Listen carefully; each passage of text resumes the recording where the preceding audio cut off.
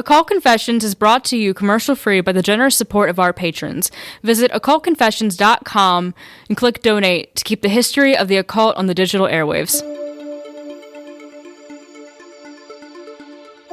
In December 1973, Claude Vorilhon was visited by extraterrestrials at a volcanic crater in France.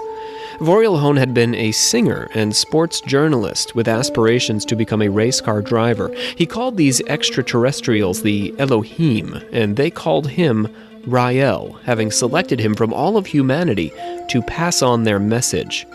The Elohim were a team of highly advanced scientists who had arrived on Earth to create the human race as a kind of experiment.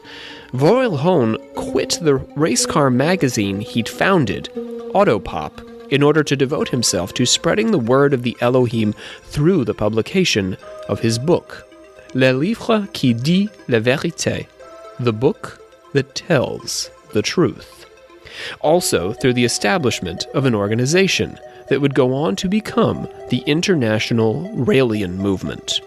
According to Rael, all of the events of the Bible, as well as most other religious texts, explain the work of the Elohim. Yahweh was, in fact, an extraterrestrial arrived on Earth to create life. On his home planet, Yahweh and his fellow scientists were plagued by a populace concerned about the ethics of such experimentation and possibly the contamination of their home planet. And so the scientists went to another planet to carry out their investigations. This planet. Their message to Rael is that he should spread the news of humanity's misinterpretation of their labors, promote what they called a geniocracy, or rule by the most intelligent in society, and establish a one-world government and language and currency to bring the people of Earth together. In a second visit with the Elohim in 1975, Rael met Jesus, Moses, Elijah, Buddha, and Muhammad, who had all been rendered immortal through a process of cloning on a separate planet.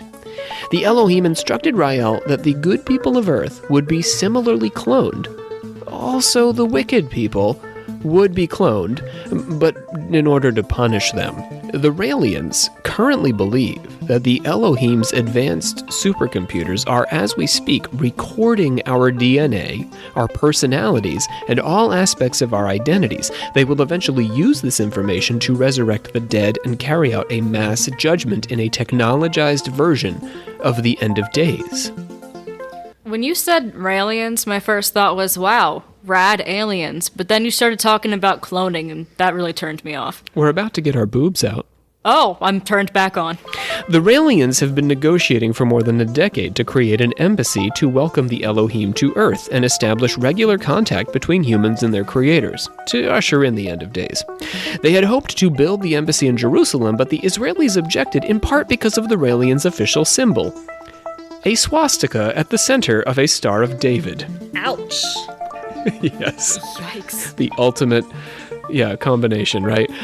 This represents to the Raelians a merging of Eastern and Western traditions, the swastika, after all, being a Hindu and Buddhist symbol, and the Star of David being a symbol of the religions of one God. So, point taken. I guess they're not wrong. No.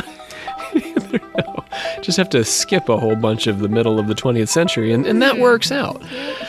So the Raelians believe that the Jewish people are a blend of Elohim and human, which is unlike any of the other races on Earth, and this is why the Elohim would prefer to be close to their half-engineered, half-biological children when they return. So that's why Israel is the prime spot for the embassy. They considered removing the swastika, but the Israelis were like, we don't care. You're not having an embassy here. According to Raelian guide Kobe Drury, the government of Lebanon offered to host the embassy, for real, but negotiations fell apart when the Raelians again refused to keep their symbol off of the building.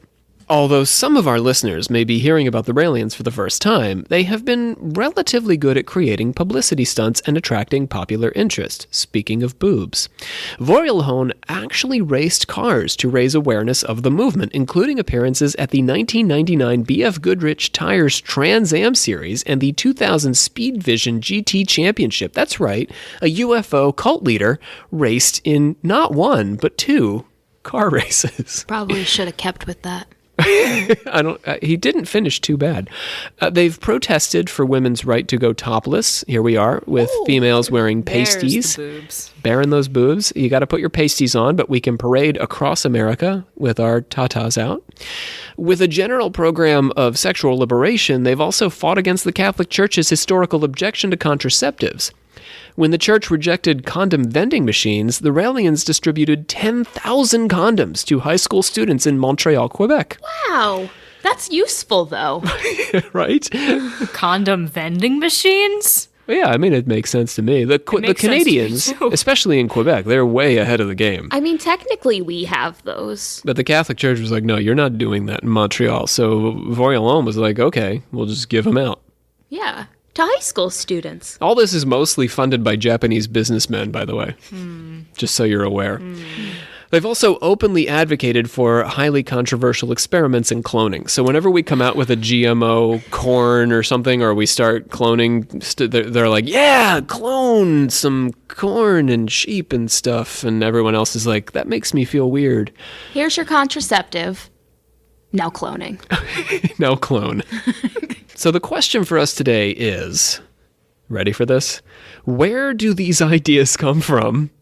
And how do they contribute to our understanding of humanity's obsession with the end of the world? Now, I'm not going to be able to get into the history of toplessness. I think we can all sort of just work that through. One day there was a woman who took her shirt off. But we are going to have to talk a history of these extraterrestrial theories, where those come from. So no religious movement drops out of the sky fully formed. Not even Rael's. And the Raelians are like every other new religious movement before them in that they have offered up a system of beliefs that their adherents have been willing to commit to as a kind of deep governing philosophy that's based on earlier ideas.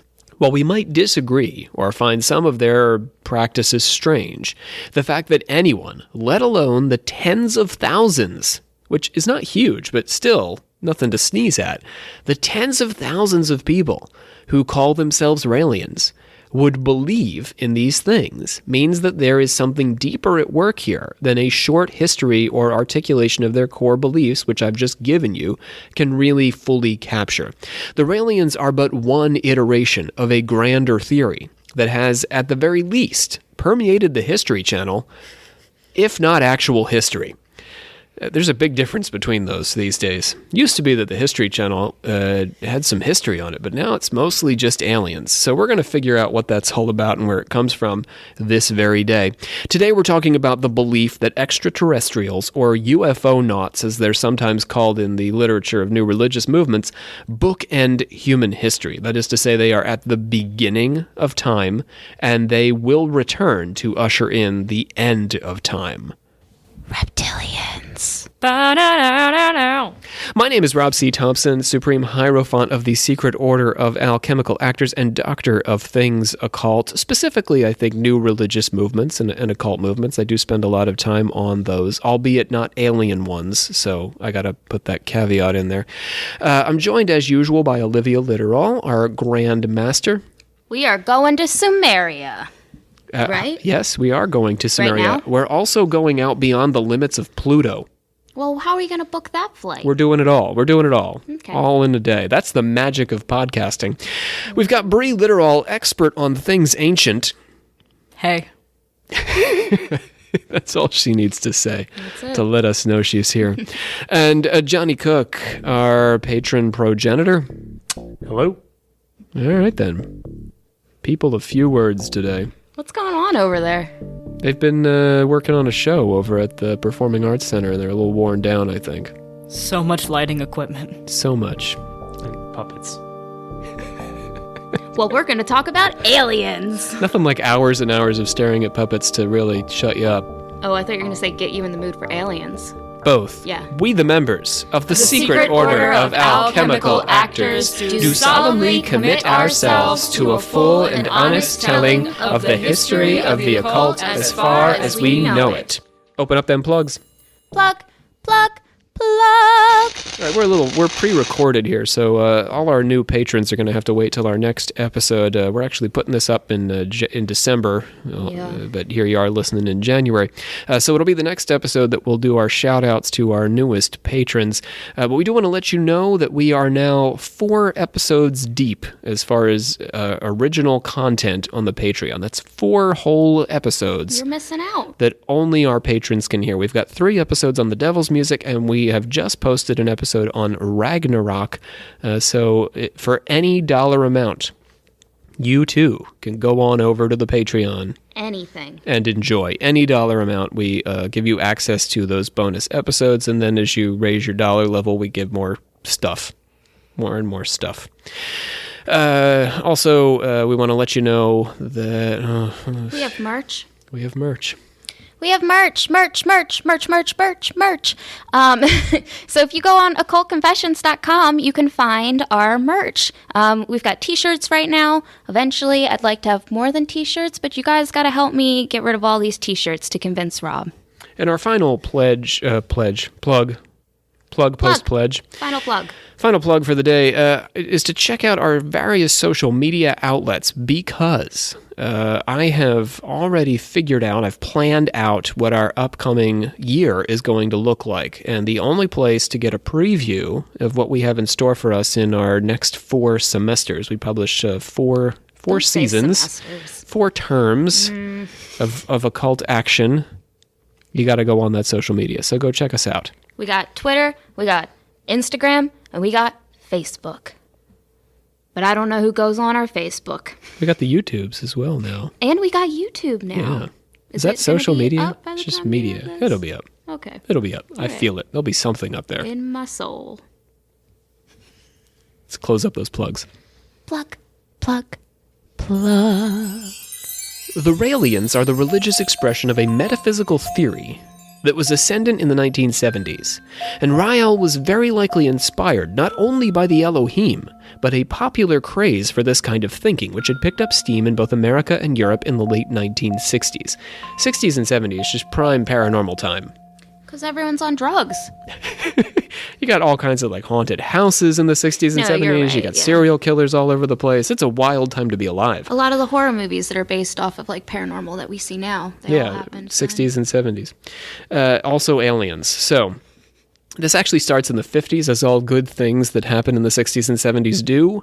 Russian-American Emanuel Velinovsky publishes his book Worlds in Collision. This happens in 1950, and it sets up a project that would be reiterated in many ways many times over. And that project is to connect ancient religious texts and folklore to intergalactic events. I would like that job, please.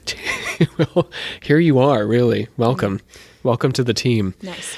So Velinovsky claimed that celestial near collisions with Venus and Mars seriously altered the Earth's orbit, and so affected our planet's ancient people, that they translated the behavior of these planets into their sacred books. But Velinovsky did not make the specific claim for extraterrestrials. That would wait for pop scientist Carl Sagan, who, interestingly, argued against Velinovsky's planetary collision theories on his popular 1970s PBS series, Cosmos, but then went on to essentially put an idea out in the ether that would jam this intergalactic theory to the nth degree. The theory that ancient people made contact with extraterrestrials surfaced in a chapter of Carl Sagan and I.S. Shklovsky's, there it is, Intelligent Life in the Universe. And the year for that book was 1966. And it was popularized, actually, by the German hotelier Erich von Däniken in his Chariots of the Gods? ? That's in the title. He has a question mark in the title. Oh, I thought you were questioning. I've been thinking about how to pronounce it. Like, I have to pronounce this properly as going into this. Chariots of the Gods? That seems right. And that was in 1968. While influential, von Däniken is not someone we're going to actually spend much time with today because he's not the best spokesman for this theory, or really any theory at all, because in addition to being an extraterrestrial enthusiast, he was also a con man. Oh, there it is. He forged records in order to take out $130,000 in loans, which he used, in fairness to him, to pay for travel to research this book, Chariot of the Gods, ? And he was convicted on charges of embezzlement, fraud, and forgery. He wrote his second book, Gods from Outer Space, from prison. Oh my God. Yeah, so he was way committed. He really was an enthusiast. Because that's literally how you said it just now. So I like pronouncing it that way. Yeah, you do actually pronounce it frequently on here. Hey, you can go with enthusiast, but he's an enthusiast. Yeah, he is. Something seems right about that. Yeah, there's certain people who get the gentler pronunciation. Monsieur von Däniken, not so much. So, who we're actually going to spend our time with today, mostly, is a guy by the name of Zecharia Sitchin. And he's actually far more credible, at least on the surface. And he offers arguably the most thoughtful defense of these various ideas about extraterrestrials and interplanetary collisions in ancient mythology. And this he does in his Earth Chronicles series, which went to, I believe, 6 books. Sitchin was born in the Soviet Union in 1920 and immigrated first to what is today Israel, studied economics at the University of London, and moved to the United States in 1952. In Israel, he spent time visiting archaeological digs and learning Sumerian. In 1976, he published The 12th Planet, the first in a series that would go on to 7 books, covering several thousand pages. I just read the beginning and the end of it. You can't read all 7. You can, but why would you want to? That seems like a lot. It was a lot. You read some of it to my child. I didn't. She really enjoyed it. I'm sorry to hear that. Sitchin's theory rehearses the now relatively... She's young. She doesn't know any better. She's easily impressed. It's only going to get more and more. Her standards for quality scholarship will only get higher from here. The hungry caterpillar. Right. Or the end of the world. Who proved to me that the caterpillar was hungry? What is your documentary evidence? How many sources are you using in order to prove the hunger of this caterpillar? Were you there? Do caterpillars even eat cake? Do they eat salami? I don't think so. Where are the sources? I want to see documentation. Sitchin's theory rehearses the now relative... That really made you upset, Rob. It's ridiculous. Caterpillars could not eat a whole salami. That's what I'm saying about the book that drove me crazy reading it to your kid. It made no sense. You know what's clever, though? All the dots that they poke out are in the first 2 pages. If you open the book, he eats through everything. Oh, yeah, it's real clever. See. It's a clever little thing they did. Good for them. I have read it 100 times. So, back to Sitchin. His theory rehearses the now relatively tired interpretation of Jacob's Ladder and Elijah's Ascension as the work of extraterrestrials. We won't get into it. See, for example, any episode on the History Channel about literally anything. They will bring this stuff up. That Elijah's wheel was a UFO, right? And Jacob's Ladder was aliens going up and down in their spaceship.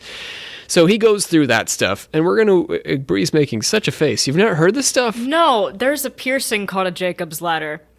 Well, that's right. Really inappropriate. That's part of the... Oh, where's that go? Is that really where that comes from? Where's that go? I think part of why they named it, not for the UFO reason, but for... What's the other reason? I'm confused. Is it for the Old Testament they named this piercing? I think so. Where does it go? I don't know. Can you say it? It's a penis piercing. Ooh, ow. Well, because I think because Jacob, I guess that would make sense. If it was I'm fairly certain it's a Oh, penis piercing. Ow. Nope. I don't want to think about it. Sitchin's version of events. So anyway, we're not going to go through the Jacob's Ladder thing. It's boring. So we're going to get to the interesting stuff. Sitchin's version of events starts with his theory that there is such a thing as a 12th planet.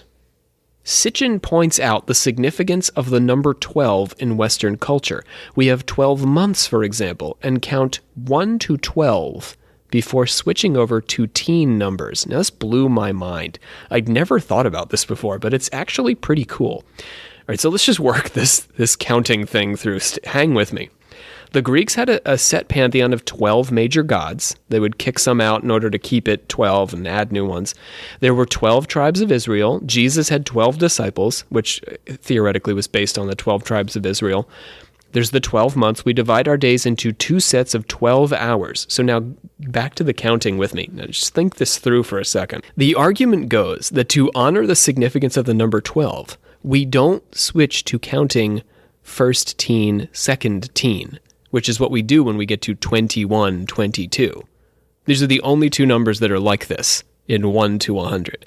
Instead of going first teen, second teen, third teen, 14, we gave these 2 numbers special names, 11 and 12, because the first 12 numbers all deserve their own special names. Do you see that? Isn't that wild? I see it, yeah. Yeah, that's mind-blowing, isn't it? Oh, that really tickled me. Kind of neat. Do you not get this, Olivia? You're making a face. Is it that, or did someone that decided to create the names of the numbers just decide that 11 teen sounded stupid? It wouldn't be. It would be first teen, because it's 13, or whatever 14. the hell. That First sounds teen? so... Well, because 21 is different. First teen almost rolls off the tongue. First teen, second teen. I think it's interesting, but... I'd like to agree with Rob on this.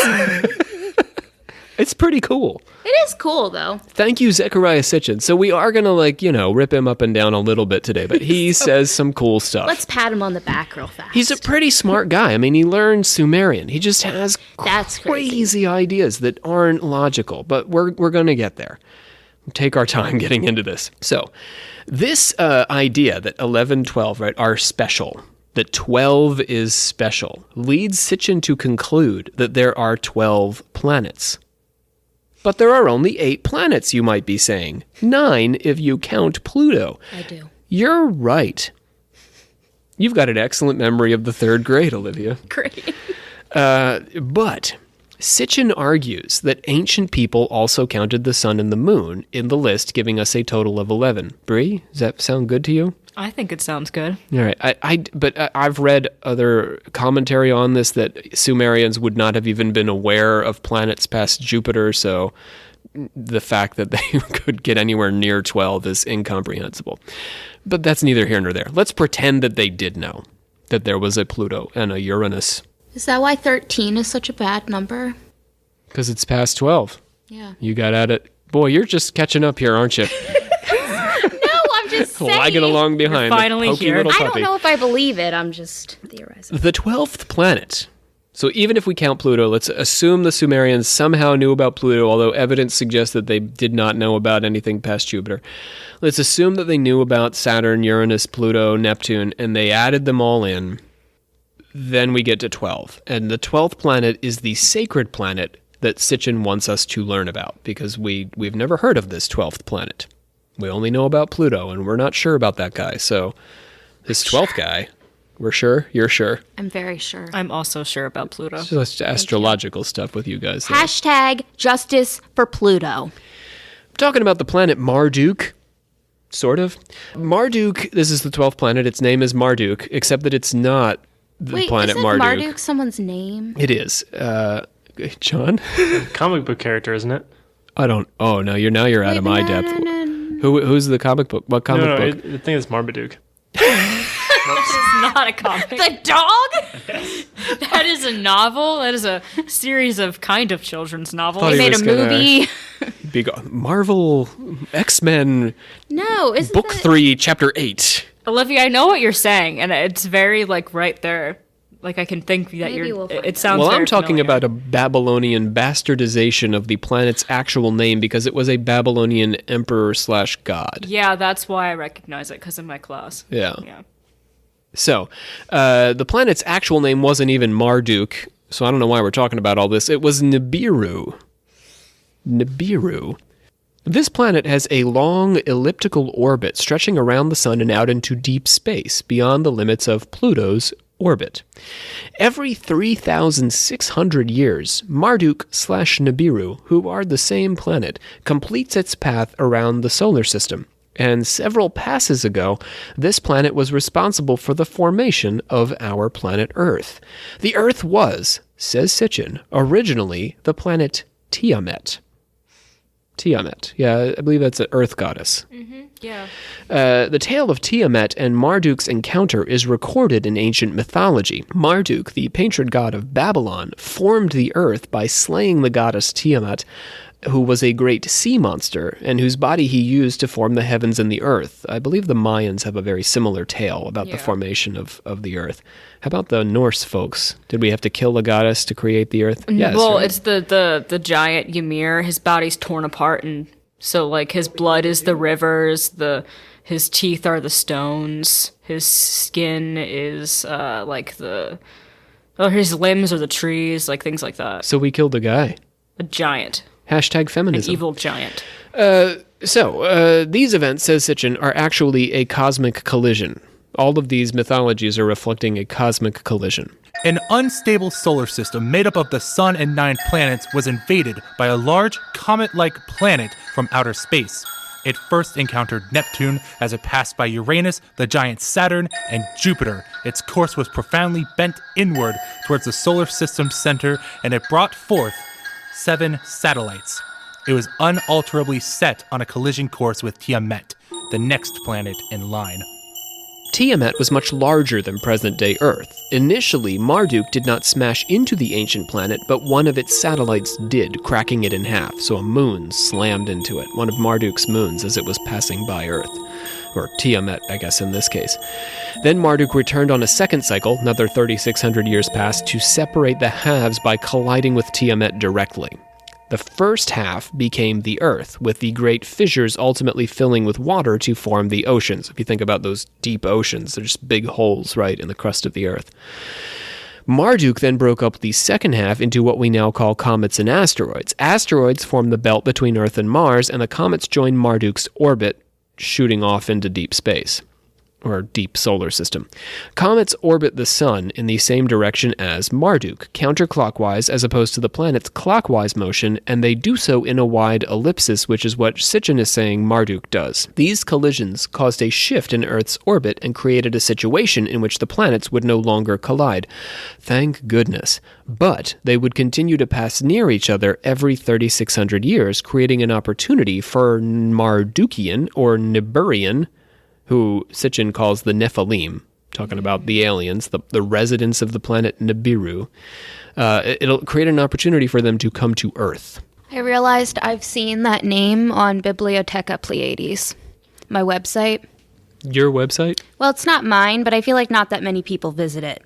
Well, now they will. Nephilim, that's an interesting thing, because there's the realm of Nephilim in Norse mythology, which is this frosted over like planet. Right. I mean, it might be intentional. Sitchin is very well read. He's got a Blavatskyan character to him. He's steeped in many different traditions, but I think with a far more focused project than Blavatsky. And I say that preferring Blavatsky to Sitchin. I think her broad-mindedness was her saving grace. Are they like kind of like angels, sort of? Right? They are going to literally be angels. Right. Okay. But if by angels you mean extraterrestrials. Well, I guess within this theory. Yes. So the Nephilim live much longer than us because 3,600 Earth years equates to a single year for them. They also evolve much earlier than us and have developed technologies far superior to ours, which allows them to visit Earth and then return to their home planet. When Marduk/Nibiru nears Earth, our Nephilim launch a ship that orbits the Earth's atmosphere and serves as an extraterrestrial base of operations. From the ship, the Nephilim descend in smaller crafts to Earth. Sitchin argues that they arrived during the Ice Age and stayed until the Deluge, a mythological event that probably has a correlation in actual events on Earth. Our listeners will be familiar with Noah's flood and also the various versions of this that we discussed, including the end of Atlantis in Blavatsky's book, Secret Doctrine. Enlil, the Sumerians' chief god, later worshipped by the Akkadians, the Babylonians, the Assyrians, and the Hurrians, who never got anywhere slowly, was the leader of the Earth expedition. He brought advanced tools like a communication device that he used to talk with the satellite spacecraft orbiting the Earth. You better gird your loins for this. This communication device became the Ark of the Covenant when it was passed on to humankind. Enlil's, everyone's just good with that, yeah. That's all Indiana Jones was looking for, was his, Star Trek, communication device. He wanted to talk to Captain Kirk. So there were 2 Indiana Jones movies about aliens. Yep, absolutely. Enlil's mission on Earth was to mine for minerals, specifically gold. Everyone wants gold. It's the best. It's so cool. Even the aliens. You can make engagement rings with it. Ooh. And computer chips. Ooh. And engagement rings. Oh. And computer chips. Okay. Yeah. Is it just those 2 things? I think so. I don't think it's really very useful. I think it's a pretty good conductor of electricity, but That seems maybe right. I think there's easier ways to do it. Oh, you just did this. Yeah, we just went through all this. So, the Anunkai are an underclass of Nephilim who are the subordinates responsible for handling the mining operation. So Enlil is your master commander who has a bunch of other commanders, and then he's got these guys underneath of those commanders, the underclass, the serfs of the Nephilim. But, still like astronaut level serfs, so... Does he think that they're snake people? No, but no snake people in this, I'm sorry to tell you. Sometimes they get called snake people. The underclass? No, the... the commanders. Anunnaki.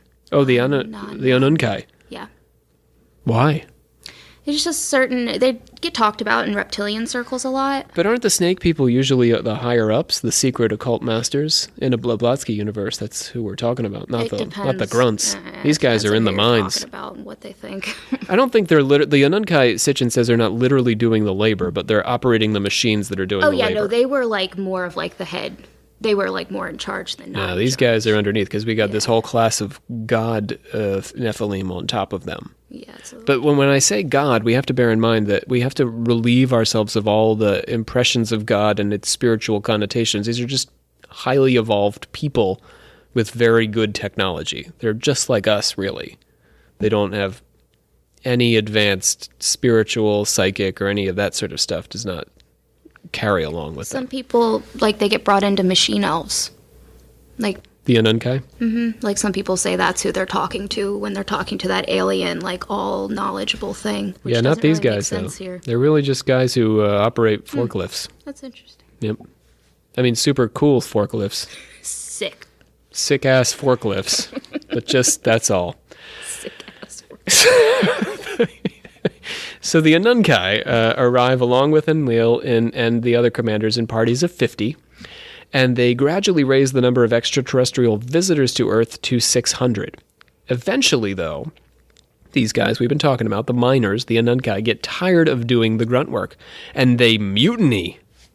Yeah, Mutiny! This is dramatic. This book is not without drama. The commanders respond by initiating a new project to create a worker to serve them. Can anyone guess who that new worker will be? Wait, Adam?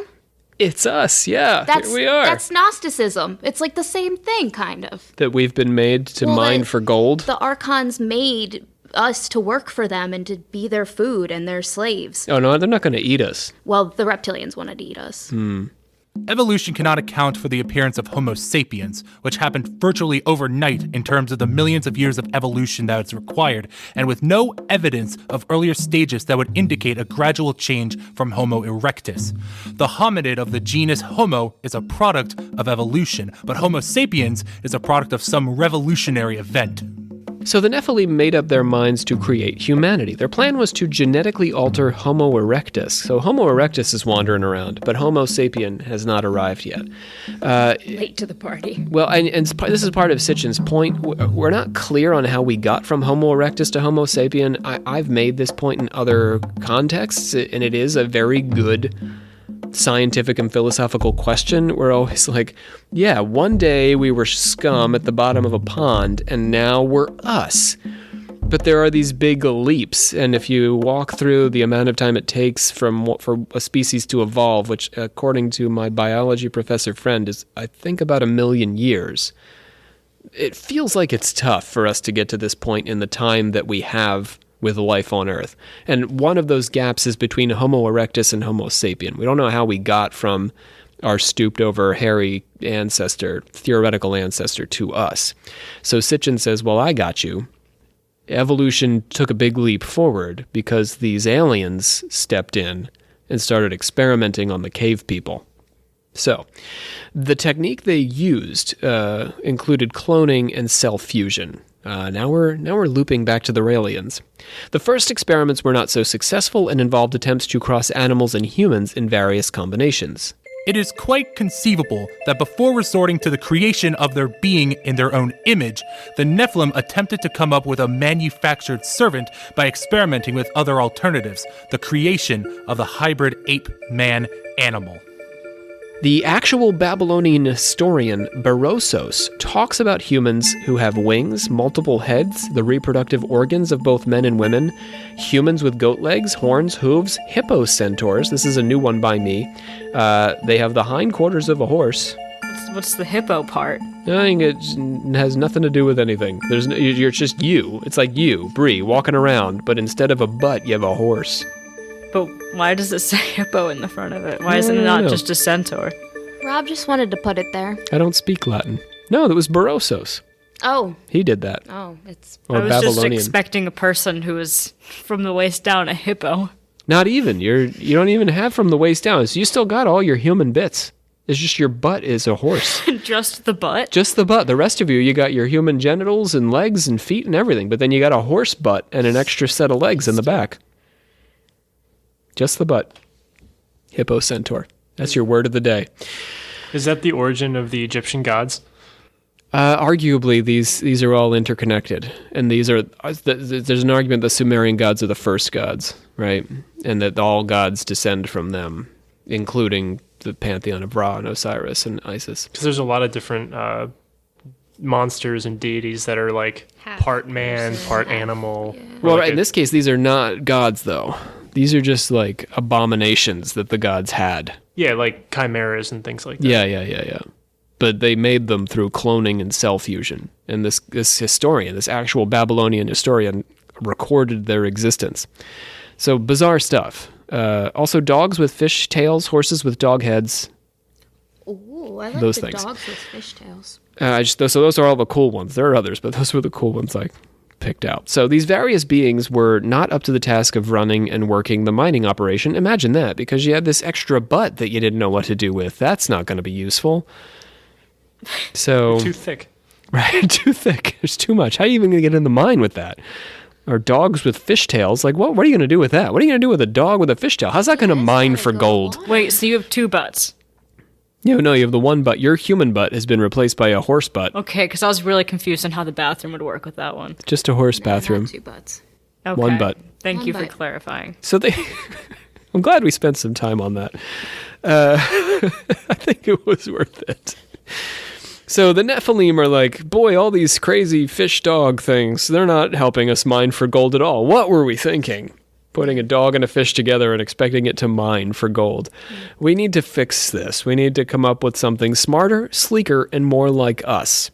So they fertilized one of the female cave women's ovum with extraterrestrial sperms and implanted it into the womb of the goddess Ninti. Bree is not having that cocktail. No, I'm really not. Well, you're not the goddess So- Ninti. They took one of the cave woman's eggs and they put it in the goddess with the sperm. Why didn't they just knock up the cave woman? Because she's not a goddess, I guess. Yeah, I think we she need the wouldn't goddess. be Then why are aliens abducting a representation humans now? of I don't think goddess. the cave woman would be able to bear the child as part of the argument. Only a Nephilim womb could bear a Nephilim child. Even a partially Nephilim child. I'm sure they tried various ways of doing this. This was the best approach. Adapa, transliterated to Adam in the Hebrew Bible, they cloned from him. He was the first guy. And then they cloned the original in both male and female versions in the wombs of 14 birth goddesses. So we got a whole team. 14 birth goddesses full of Adam's clone. Adam was that first guy in the Ninti. Having created humankind, the next order of business was to destroy it. as one does. Right, so when you think about the Genesis story, from Adam to... It's all just Genesis. There's like a whole bunch of the rest of the Bible But you got Noah and Adam. That whole line gets done in a few chapters, really. Same situation here. No sooner do we create humanity than we got to blink it out of existence. This is the deluge, or as I like to call it, apocalypse 1.0. So the humans, being genetically modified, hybrids that we were incapable of reproducing with each other, because hybrids can't generally reproduce. There's something about mules that he writes into this book. I don't entirely understand it, but apparently isn't a mule a cross between it's a horse and a horse. horse and a donkey, but if you put a mule with a mule, you can't get another mule. No. Yeah, the same situation for the humans. I mean, whatever we were. The Homo sapien. We could not reproduce because we were hybrids with the Nephilim. What we had to do was have lots and lots of sex and not worry about it. Boy, that's rough. Could be worse. Could be worse. That is, until our extraterrestrial masters, seeing how hot we were, on account of the fact that they made us look an awful lot like them, they were like, whoa, these guys are pretty hot. Look at them. They look like us. We're pretty hot. And also those guys. They decided it would be fun to give us some sweet, sweet Nephilim lovin'. Give us some sweet, sweet Nephilim lovin'. Sexing us up. So the Nephilim are represented in a game series that I play, Diablo, where they are the children of angels and demons. And angels and demons? That's yeah. not very Enochian of them. In this universe, the angels are beings of pure good and demons are beings of pure evil, and the Nephilim are more powerful than both of them because they contain both. Are they like good. Fallen angel kind of deal? No. Oh. No. Do they sex cave people? They sex angels and demons. Oh. Oh, they get the best of both worlds. Where Yeah. are the cave people in all this? They're actually the original humans. Who is? The Nephilim. Oh. Well, how do you like that? Enki, brother of Enlil, and a kind of prototype for the central god's alter ego. So we have various versions of this. Bree is familiar with the alter ego of the central god in the Norse tradition, Oh, yes. famously called, who is Oh, well, alter okay. ego trickster god Loki. Loki. There he is. Boy, I had to drag that out of her. I'm sorry. Arguably, Neptune, god of the ocean, is the version with the Zeus in the Greek pantheon. We have his brother Neptune is sort of like hanging out in the sea and doing whatever the heck he does. That's Enlil and Enki. So we have Enlil, Odin god, Zeus god, master god, and then we have the brother who's just got like, the weird side job and does all kinds of funky stuff when his brother's not looking. So that's Enki. Enki's our weird side god. So he actually created the means for the human Nephilim interbreeding to happen and probably or may have initiated it himself. This might have involved altering the genetic code of the humans, or maybe just having sex with them at all. Maybe they could always breed with the Nephilim, just not with each other. And by they, I mean us. So, either way, humans and Nephilim started interbreeding like wildfire. They were just going at it night and day. And they were having a great time just deteriorating the pure blood of the extraterrestrials in their orgies, and leading the Nephilim to conclude that humanity had to be wiped out, because there were all these impure things. Well, they shouldn't have been having sex with us. They just couldn't keep their hands off us because of how hot we are. I mean, look at us. But we gotta be taken out because of what they did. I agree that it's unfair. All we were being was hot. That's all they were It's doing. like canceling It's the like Victoria's slut-shaming. Secret fashion Yeah. show. Same thing. Oh, wait. We went two different places. I don't actually have strong feelings about the Victoria's Secret fashion show. I don't think I've ever watched it. But it's kind of like that. We got canceled. It mostly got canceled because of the trans thing, though. Oh, I didn't know about that. Yeah. They didn't we're going to have a trans person? The CEO was like, a trans person will never be in a Victoria's Secret show. Oh, they showed him. The Ice Age was reaching an end, and the glaciers were about to crack apart and initiate worldwide flooding. The Nephilim decided the way to solve this human interbreeding problem was just to beam the heck up to their satellite and leave the rest of us to die. So, it was going to correct itself, really. That seems right. Go ahead and let us drown. Tricky Enki, though, our brother god, disagreed with the Nephilim's decision, like you do, and sought out a human man, Utnapishtim, who appears in the Epic of Gilgamesh and is the prototype of Noah. I mean, that might be a hot take, but sort of the same guy. The Hindus have the same Manu. There's a version of this guy in all these different traditions where there is a flood. Somebody gets the word from the god Vishnu, or in this case Enki. You got to do something about this, or you're going to drown. So he told Utnapishtim, our Noah, of the impending flood and instructed him to build an ark. Utnapishtim asked a crew of craftsmen to help him build it, claiming that it was for the gods, but saying nothing of the flood, because he didn't want to freak people out. You're going to cause a panic. Then they wouldn't have built it. Why not? Because they would have been freaking out. Yeah, they would have been too busy freaking out. Guys, can you calm down and build this? I'm just freaking I'm freaking out here. But when the flood came, this is what a cool guy Utnapishtim is. He snuck the craftsmen on board, even though he wasn't supposed to, because they helped him build it, and he felt bad. He also brought his family and representatives from each of the Earth species. He didn't need to bring more than one, though, because they have the ability to... Oh, clone, that's... Just clone the crap out of them. Yeah, so you don't need 2 by 2. That's nonsense. We have cloning. When Enlil found out that some of the humans survived, he was pissed. But Enki described how ingenious Utnapishtim had been in building his ark, and Enlil said, all right, I guess we'll keep humans then. You deserve it. Yeah, you earned it. You guys, you crazy guys. We wanted you to drown, but you didn't, you little scamps. All right, fine, I guess you can live. Can I keep him? Okay, so the question becomes, for how long do we get to live, Father Enlil? In the somewhat misleadingly titled conclusion to his series, End of Days, don't ask me why it's misleading right now, but we'll get there, Sitchin argues that there have been a series of cataclysms since the famous deluge, each timed to the interactions between the roaming planet Nibiru and our home planet Earth.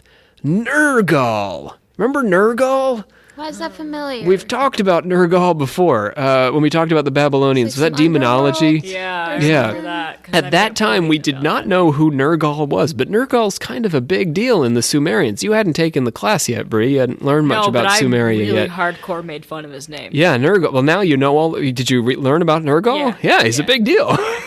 So, god of the underworld.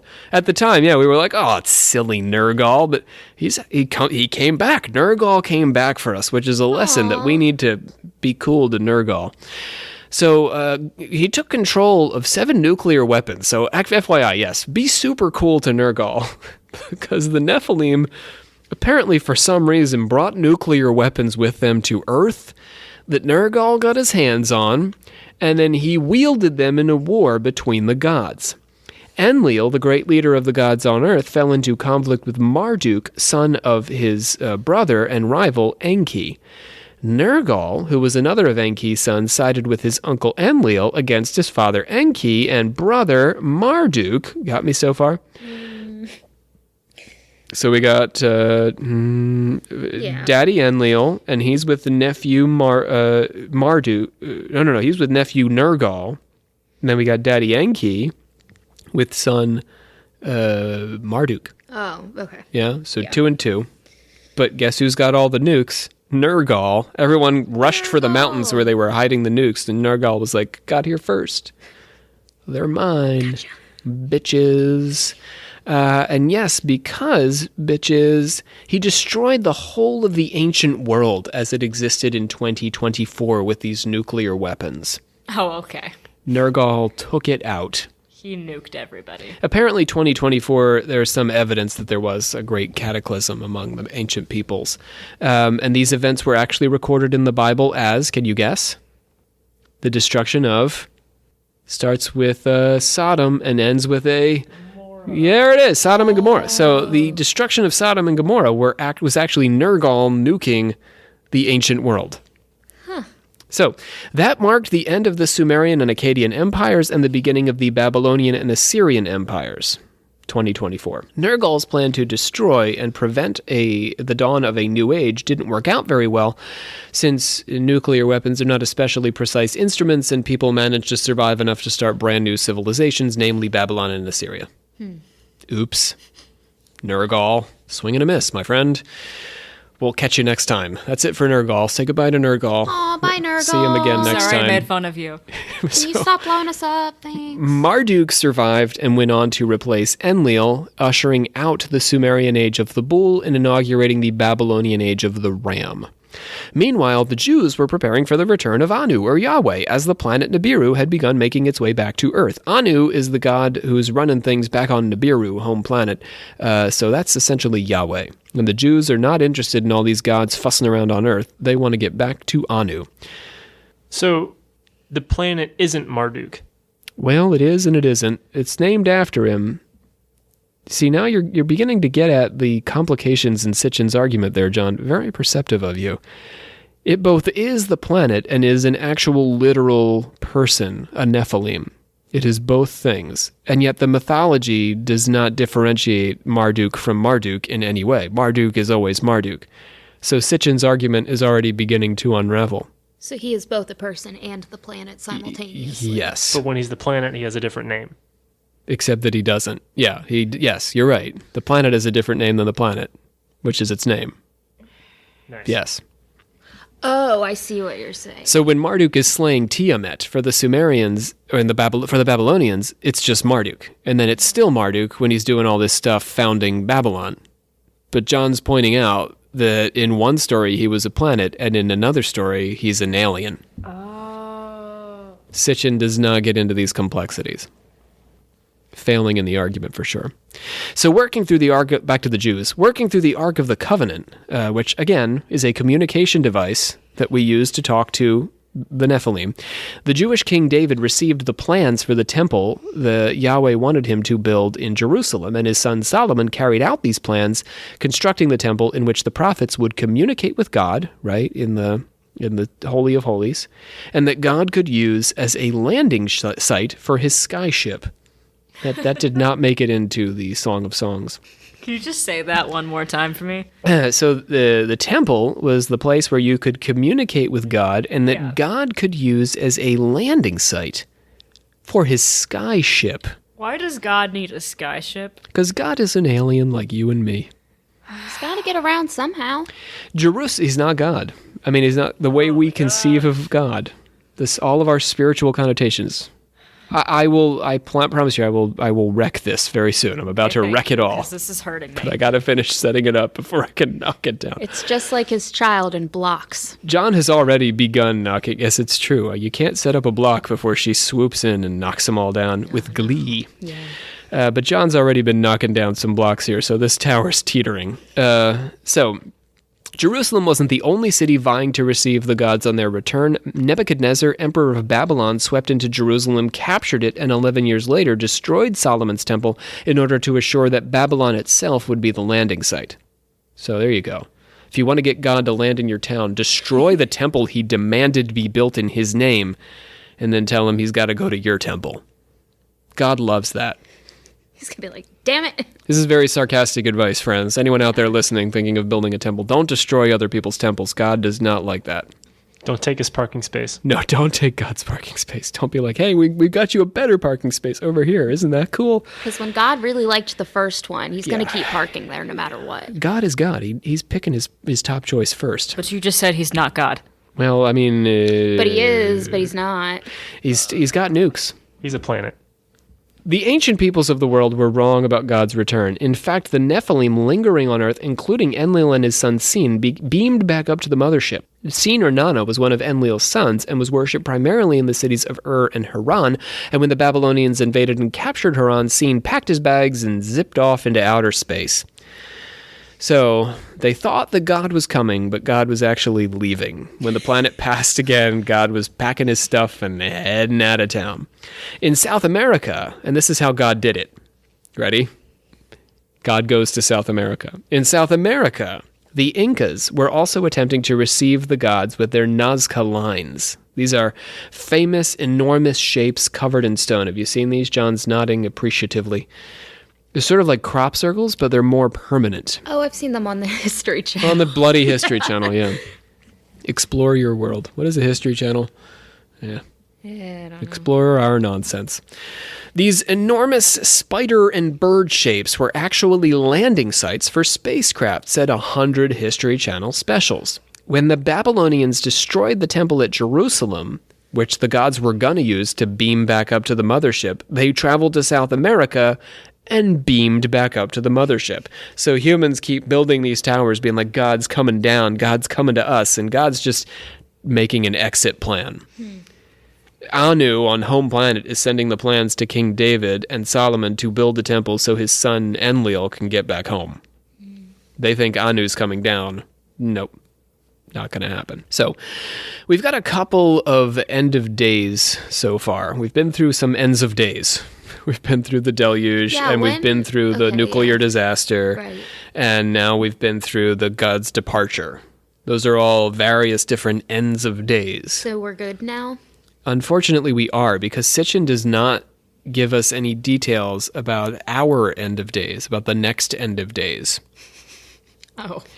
And that is why I said his title was very misleading. You're right. He offers us no vision of our own apocalypse. The only thing he'll commit to saying is that if the gods made their departure from Earth around 560 BCE, that most recent end of days, the home planet of our extraterrestrial creators should be back around Earth's orbit around the year 3000. So, That's coming up. sort of, yeah, kind of. My first thought was the Jonas Brothers song. Been to the... We can't sing it here. Oh, wait, no, I can't. Damn it. You all know. You either know or you don't. The year 3000. In the year 3000. Oh, that was kind of like... I don't know any The Jonas Jonas Brothers songs. That was my own song. Maybe they knew.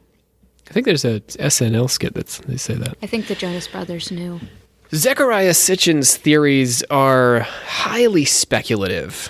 They're also deeply creative, and they're sourced in a way that we might say gives them more authority than their due. But nevertheless, it makes us think twice about dismissing Sitchin out of hand. He knows stuff about ancient Sumer, and he knows enough not to make predictions about the future because he's really an expert-esque on the past. Without thinking too much into it, I can actually find some basic flaws on the surface of things. To begin, to John's point, sometimes the gods are planets. Sometimes they are literal UFO knots or extraterrestrials. Why would the Sumerians write their mythology literally, except in the case of cosmic events? So you have to bear in mind, for Rael and for Sitchin, all these myths are literal. They're not figurative.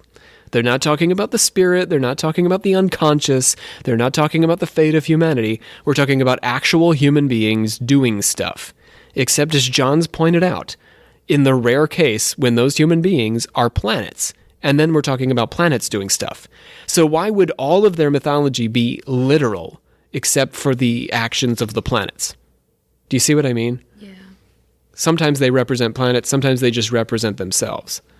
If they wanted to talk about planets, and we're saying the Sumerians wrote everything literally about things actual breathing, living beings did, they would have just talked about planets. If this seems nitpicky, a bigger question is how the Nephilim knew and passed on the events surrounding the creation of Earth, given that they evolved long after Marduk's moon crashed into Tiamat, forming the Earth. Let's get to this. No one was there to watch Marduk crash into Earth, or they would have died. There would have been an incredible planetary extinction as one planet hit another for thousands and thousands and millions of years after this cosmic collision. Nobody was there. So who recorded this in such a way that it could be passed on to our myth writers in ancient Sumeria? Big plot hole there, too. Astronomers, namely C. Leroy Ellenberger, have asked how the Nephilim survive on a planet whose elliptical, this is the most obvious one, whose elliptical orbit takes them into deep space, far from the heat of any star, spending, according to Ellenberger, 99% of their time beyond the limits of Pluto. Sitchin suggests radiation and a thick atmosphere hold in the sun's heat for the brief 1% of the time that it's passing near the Earth, but these sources could never be enough to sustain life in any meaningful way if we just do the science. Feel better, John? Just a little bit. All right, well, I'm going to make you feel worse. Because we're going to move on from Sitchin. I'm going to come back. I'm going to take one more pass at Sitchin, sort of like Marduk did with Tiamat. But before I do that, that was just my moon satellite slamming into Sitchin. But before I do that, I want to talk about Charles Fort. I want to take a couple of pages now for Charles Fort here, because he deserves some attention. And we can't really understand Sitchin or Rael without Charles Fort. He's sort of the end of our story today, the origin point for me of these ideas. The notion that extraterrestrials travel close to the Earth and take the opportunity to visit on occasion can be traced, at least in part, to our turn-of-the-century iconoclast, Charles Fort.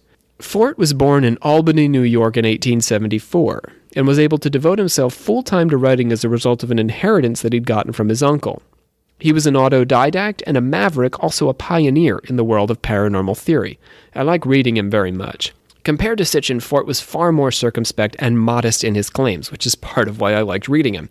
That's appropriate for any paranormal theorist.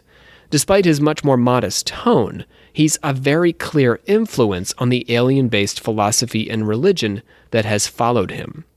Fort's Book of the Damned is a remarkable and humbling effort, cataloging more or less all the inexplicable stuff that has fallen out of the sky over the 100 years before Fort published his book in 1919, and sometimes even before then. Fort starts by laying out his theory that science is largely an effort to categorize things we don't understand, and that categorization is a fairly ridiculous thing to waste our time on. Whenever we draw a line and say this is an animal and this is a vegetable, or this is yellow and this is red and this is orange, the line is always necessarily going to be arbitrary and doesn't prove anything in particular. Let's just think about this. Is a sea sponge an animal, or is it a plant? I believe we've decided it's an animal. But why? But who? And who cares? I literally talk about this all the time. How it's so stupid that everything around us is just... the name was created by someone. And we've said this color is yellow, and as you add a little red to it, it becomes orange, and then we add a little red to it, and it becomes red. But when is it red? And when is it orange? And when is it yellow? When do we draw the line between yellow and orange? This is Fort's point. All we're doing is drawing a bunch of lines that are meaningless because we arbitrarily decided what was yellow, red, and orange in the first place. Because there was a time we didn't even have color. Like, we didn't have a name for colors. Arbitrarily drew lines all over the place. So it's not really a postmodern point about language so much, but it's absolutely a point about categorization. That all we're doing in science is categorizing a bunch of stuff to make ourselves feel better, but it's not really contributing anything to the way we understand any of it.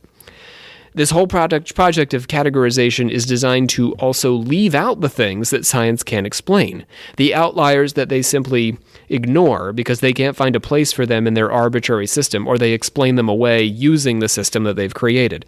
Damned phenomena, in his Book of the Damned, are those things that science explains away in its own terms, even though its own terms are woefully inadequate for the job. Let's take meteorites, for example. The notion that they came from space used to be laughed at as a ridiculous idea. They were explained away as having been kicked up by lightning strikes or spat out in volcanic eruptions because that was all science was willing to deem reasonable. Until scientists accepted that it's possible for meteorites to actually arrive from outer space. And now we have a category for it. So let's hear from Fort. Nothing has ever been finally found out because there's nothing final to find out. It's like looking for a needle that no one ever lost in a haystack that never was. Okay, so back to that stuff falling out of the sky. Fort pulls up reports of elephant-sized hailstones in India and saucer-sized snowflakes in Tennessee. These are strange, but still fairly normal compared to the yellow substance that smelled like charred animal flesh that fell out of the sky in Italy, Spain, and France, all in the year 1870, a black rain that fell in Ireland, Scotland, and the Cape of Good Hope, and the red rain that fell in Australia and Europe in February 1903. I think myself that in 1903 we passed through the remains of a powdered world, left over from an ancient interplanetary dispute brooding in space like a red resentment ever since. The yellow and black were the remains of a pulverized spacecraft, says Fort. Okay, because I've heard about those rains and, Yeah, so the red rain is just this looming cloud in space of, some sort of cosmic disaster. And then we've got yellow and black rain coming from pulverized spacecraft over the Earth's surface.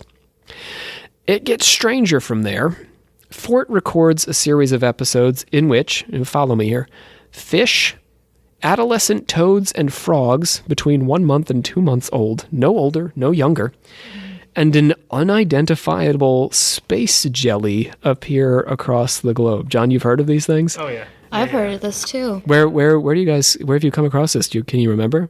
There was a book I had, like a coffee table book about a whole bunch of paranormal stuff, and there was a whole several pages on that. On space jelly? Or adolescent just all the frogs? different rains. The rains. The various weird rains that have happened. How about you guys?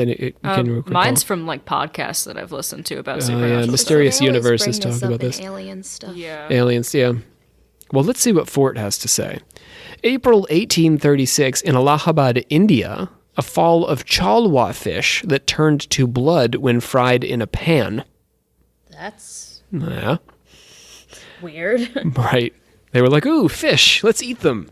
Also, props to those people to eat fish that came Fell from out of the sky. sky. I mean, Skyfish. I would. I love that. March 3rd, well, they tried. They didn't end up doing it because they Right. turned to blood. March 3rd, 1879, in Olympia Springs, Kentucky, there were beef flakes that fell from the sky. It's like fish food. Like we're being fed fish food Beef from flakes, the yeah. sky. That's a nice idea. Wait, just hold that thought. A member of the French Academy brought in some atmospheric jelly for analysis. It was never spoken of again. They said never. Don't. Sacre bleu. Mon Dieu. Take this space jelly from away from us. Germany, 1844. A witness saw something luminous fall from the sky and searching the area found, yet again, a mass of gelatinous matter. In August 1894, in Bath, England, jellyfish the size of a shilling descended to Earth. Fort is famously sarcastic in his work, a kind of academic nihilist dismissing humanity's impotent attempts to make sense of our vast and mysterious cosmos in any conceivable way.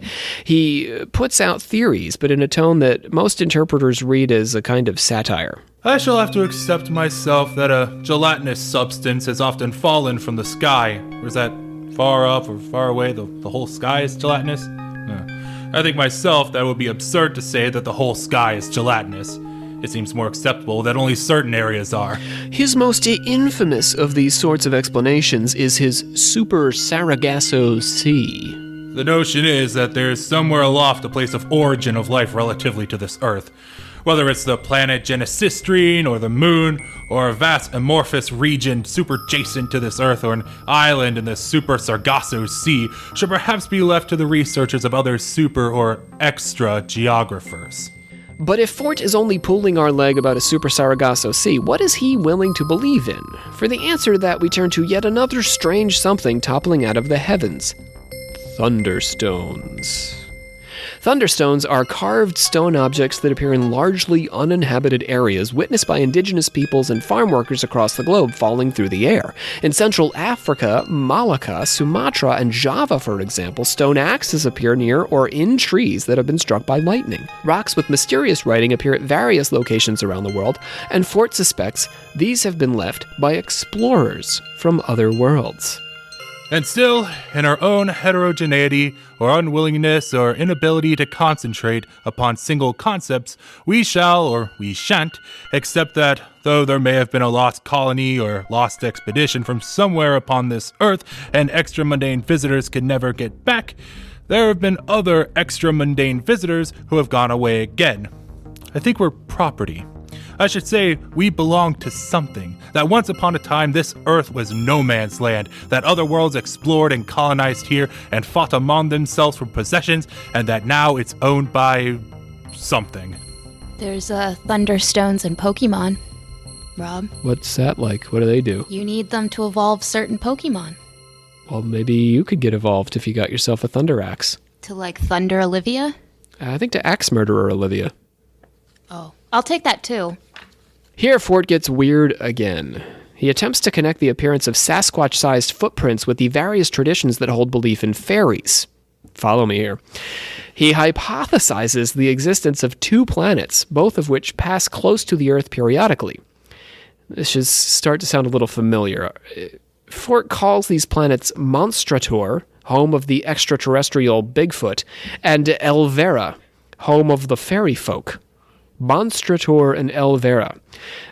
We believe that we have fairies on Earth. We believe that we have Bigfoot on Earth.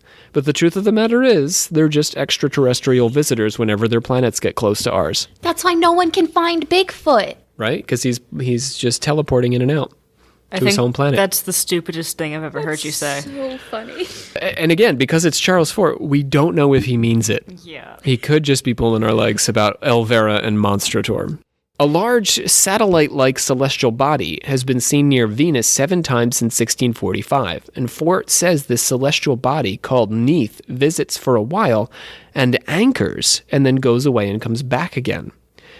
In the same vein, there's a hypothetical planet Vulcan orbiting between the Sun and Mercury. Urbain Le Verrier, who calculated the position of Neptune, believed in the existence of Vulcan. On March the 22nd, 1877, he believed he would be able to see Vulcan through a telescope, but the planet did not appear. Fort says that Vulcan failed to appear because Le Verrier believed there was only one Vulcan, a single planet, when in fact there were several, and these several Vulcans and Venus's satellite weren't actually planets or moons, but... Can you do this? What are they? They're not planets. They're not moons. They are spacecraft. Oh my god. This raises the question, what exactly are these spacecraft doing in our neck of the galaxy? According to Fort, who takes a nascent collection of abduction stories into account, they're looking for us. Wait, so is the first part of what you said a fact about Venus? It's a fact that people have recorded this astrologically, or astronomically. Okay, so part of that is true. That's interesting. I wonder what that actually is, though. It's a kind of speculative astronomy because it's only been recorded intermittently. Oh. Yeah. Vulcan the same way. Theoretically disproven. I think that we're fished for. It may be that we're highly esteemed by super epicures somewhere. Makes me more cheerful when I think that we may be of some use after all. I think that dragnets have often come down and have been mistaken for whirlwinds and waterspouts, and I have data that in this book I can't take up at all. Mysterious disappearances. I think we're fished for. That we're a planet kept for food. That the aliens fish for us. And that rain is our fish food? Oh. The beef flakes? Yeah, the beef flakes. There you go. See, I told you it would all come together. Ah. They're feeding us beef flakes, and then they fish for us. Pull us up. Fort is far more speculative and far less sure of himself than Sitchin. He also has a much healthier sense of humor about all this. Although I don't agree with all of Fort's conclusions, and by conclusions I mean something more like speculations, which is how Fort lays them out with a tongue wedged firmly in his cheek, or probably wedged firmly in his cheek. It's really hard to tell whether he means any of this or not.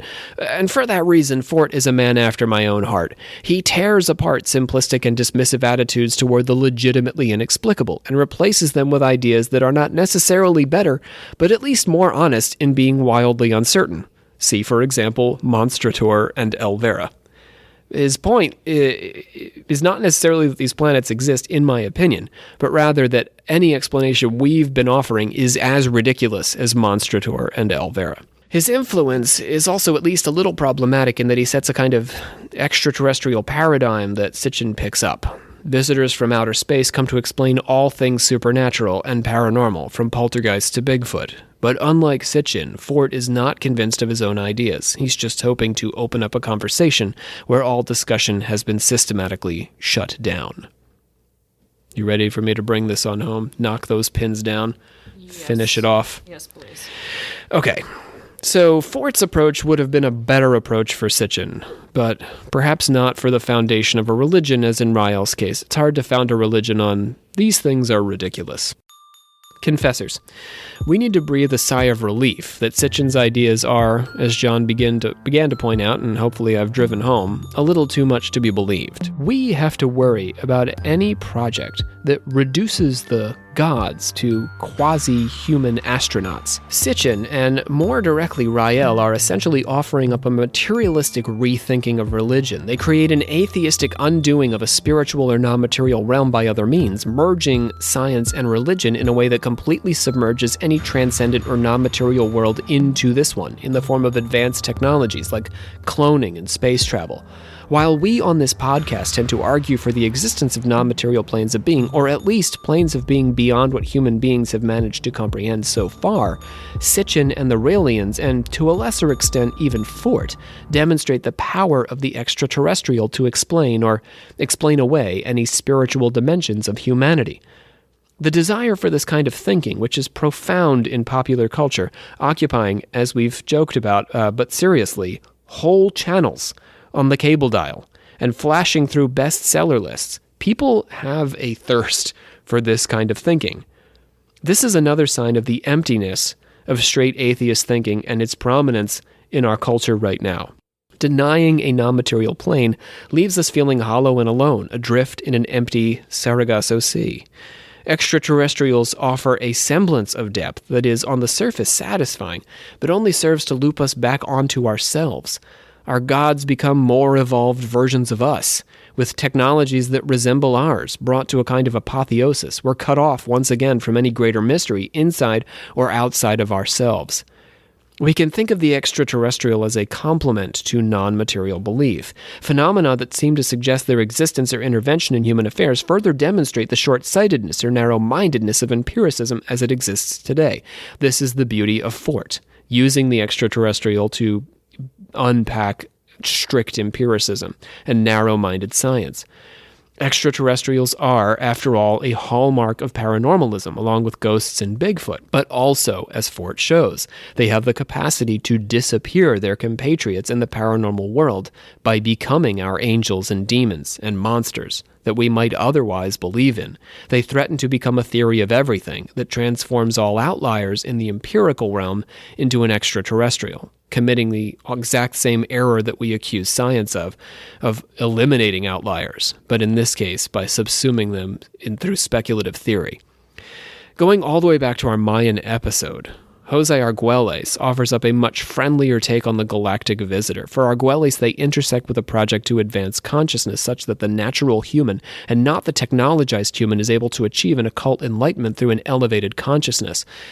While we question the cultural premises of Argüelles' ideas, the fundamental idea that human consciousness is a mysterious and powerful force that connects us to much vaster regions of being than our empirical science is willing to recognize is a central premise of our podcast here. In our reading of mythology, the Sumerian gods are some of humanity's most sophisticated articulations of the powerful inner forces within ourselves that potentially correlate to non-material, supernatural forces outside of ourselves.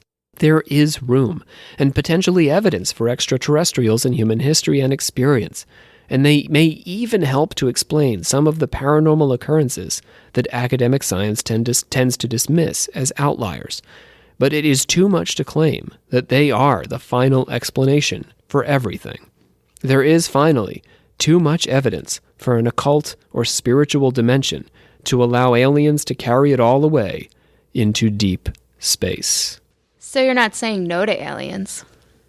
No, that would be against a basic principle of the work that I'm doing here. That they remain possible. We cannot dismiss them out of hand. We also can't turn them into super reptiles? Aliens. Well, whatever. A conspiracy theory, essentially.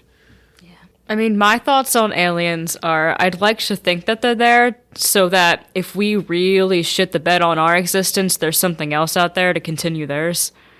What if they already happened? Well, that's the thing is in my head, it's possible that they could have happened or they're in the process of developing to happen.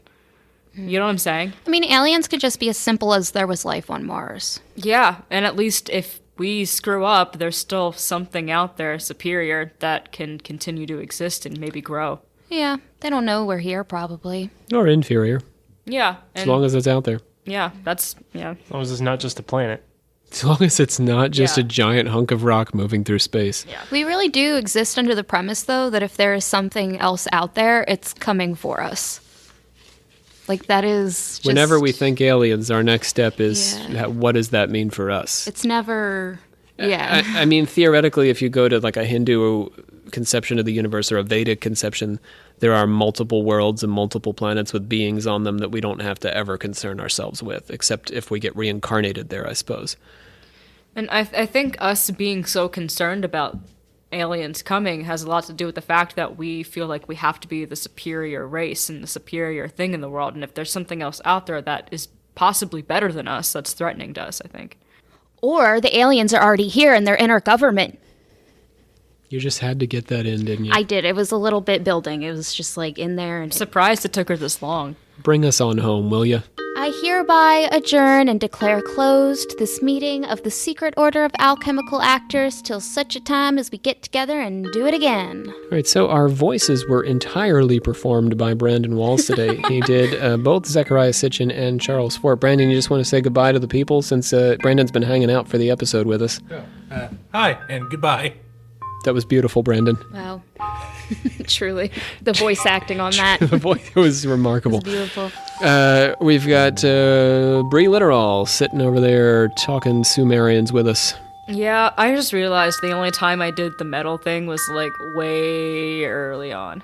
Well, you're a little worn out from all those puppets earlier today. Yeah, you're not wrong. Johnny Cook, our patron progenitor. Howdy. Why does everyone always say goodbye. hello at the end? Oh, yeah, then you remember that we're leaving. I'm always friendly, Rob. Yeah, you are a friendly guy.